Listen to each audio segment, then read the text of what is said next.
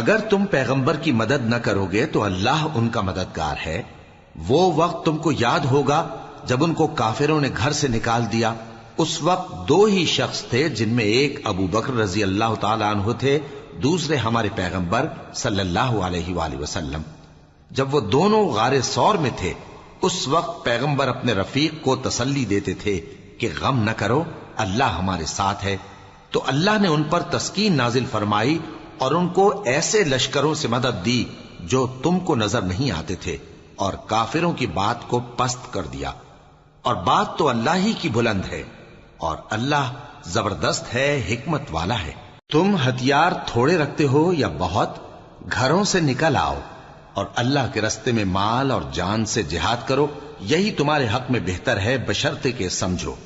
اگر مال غنیمت آسانی سے حاصل ہونے والا اور سفر بھی ہلکا ہوتا تو یہ تمہارے ساتھ شوق سے چل دیتے، لیکن مسافت ان کو دور دراز نظر آئی تو عذر کریں گے، اور اللہ کی قسمیں کھائیں گے کہ اگر ہم طاقت رکھتے تو آپ کے ساتھ ضرور نکل پڑتے۔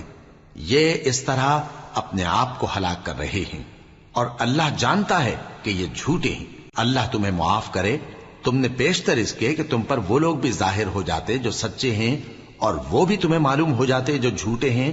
ان کو اجازت کیوں دی؟ جو لوگ اللہ پر اور روز آخر پر ایمان رکھتے ہیں وہ تو تم سے اجازت نہیں مانگتے کہ پیچھے رہ جائیں، بلکہ چاہتے ہیں کہ اپنے مال اور جان سے جہاد کریں، اور اللہ پرہیزگاروں سے واقف ہے۔ اجازت وہی لوگ مانگتے ہیں جو اللہ پر اور روز آخر پر ایمان نہیں رکھتے اور ان کے دل شک میں پڑے ہوئے ہیں، سو وہ اپنے شک میں ڈاواں ڈول ہو رہی ہیں۔ اور اگر وہ نکلنے کا ارادہ کرتے تو اس کے لیے سامان تیار کرتے، لیکن اللہ نے ان کا اٹھنا اور نکلنا پسند ہی نہ کیا، تو ان کو ہلنے جلنے ہی نہ دیا، اور ان سے کہہ دیا گیا کہ جہاں معذور بیٹھے ہیں تم بھی ان کے ساتھ بیٹھے رہو۔